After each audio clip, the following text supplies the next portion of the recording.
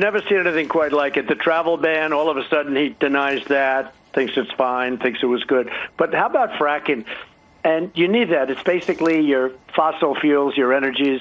We would have to close many of the plants, a big percentage of the plants in our country if we didn't do this. We have these massive plants, and they're not going to run by wind, and they're not going to run by solar at this point, and maybe at no point. But we have natural gas, which is really very environmentally friendly. We have all sorts of things. We're the number one in the world now in energy. We've done a great job with energy. And you look at what you're paying a price per gallon at your car. People are saying it's unbelievable. They're paying less than $2 in many cases and going down even. And they can't believe how well we've done. We don't need to be in the Middle East other than for the protection of Israel. There's no reason to be there from the standpoint of oil. But we have allies, Saudi Arabia and others, that have been really spend a lot of money here and treat us well, and we'll take care of a lot of our people. We have some very good allies over there. And Israel, of course, we help Israel a lot. We took out Soleimani.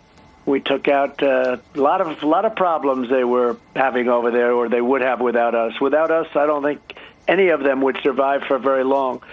But we don't need it for energy anymore. We're energy independent. It's an incredible feeling. I guess it's the first time we've ever been, or at least for many, many decades, energy independent. And you look at the price of energy. If Biden ever got in, he was talking about no fracking very strongly. And his super liberal running mate, who's the most liberal person, more so than Bernie, rated the most liberal in all of the Senate, Kamala. If you look at what she said about fracking, there won't be any fossil fuels, there won't be any fracking.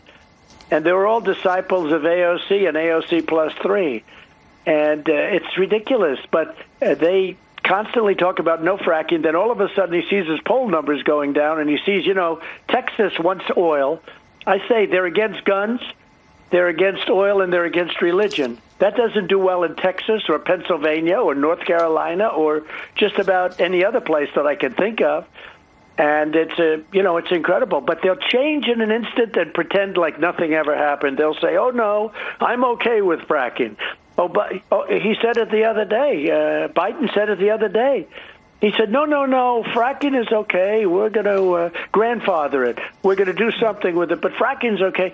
And yet he just ran for months and months where he's fighting fracking. And I don't think she could possibly say it. She's been fighting it for years. But the bottom line, they will go back to where they come from. Where they come from is no oil, no fracking, no drilling.